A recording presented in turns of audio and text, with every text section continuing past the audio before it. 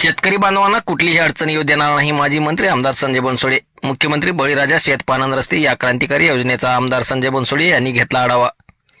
जगाचा पोशिंदा असलेल्या शेतकरी बांधवांना अनेक समस्यांना सामोरे जावे लागत आहे. त्यांना सर्व सोयी सुविधा पुरविण्यासाठी मी कटिबद्ध असून भविष्यात शेतकरी बांधवांना कुठलीही अडचण येऊ देणार नाही, असे मत माजी मंत्री आमदार संजय बनसोडे यांनी व्यक्त केले. ते उदगीर येथे नवीन शासकीय विश्रामगृह येथे आयोजित मुख्यमंत्री बळीराजा शेतपानंद रस्ते या क्रांतिकारी योजनेअंतर्गत सुरू असलेल्या कामाचा सविस्तर आढावा बैठकीप्रसंगी बोलत होते.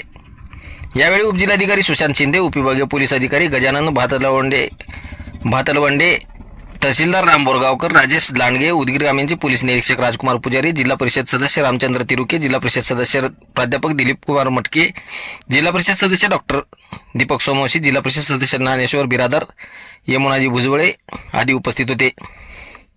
यावेळी आमदार संजय बनसोडे यांनी शेतकऱ्यांना येत असलेल्या विविध अडचणी संदर्भात सविस्तर आढावा घेतला.